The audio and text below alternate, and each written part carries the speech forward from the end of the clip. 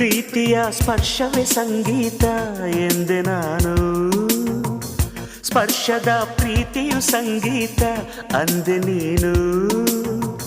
ಕಂಪಿಸೋ ಅಮೃತ ಬಳ್ಳಿ ಇದೆ ನಿನ್ನ ಈ ಕಣ್ಣಲ್ಲಿ, ಕಂಪಿಸೋ ಅಮೃತ ಶಿಲೆಗಳಿವೆ ನಿನ್ನ ಕಣ ಕಣದಲ್ಲಿ.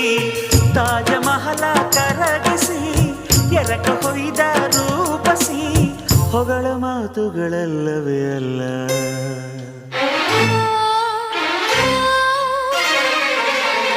ನಿನ್ನ ವಿನಃ ಏನಿಲ್ಲ, ಪುನಃ ಪುನಃ ಕೇಳಿದ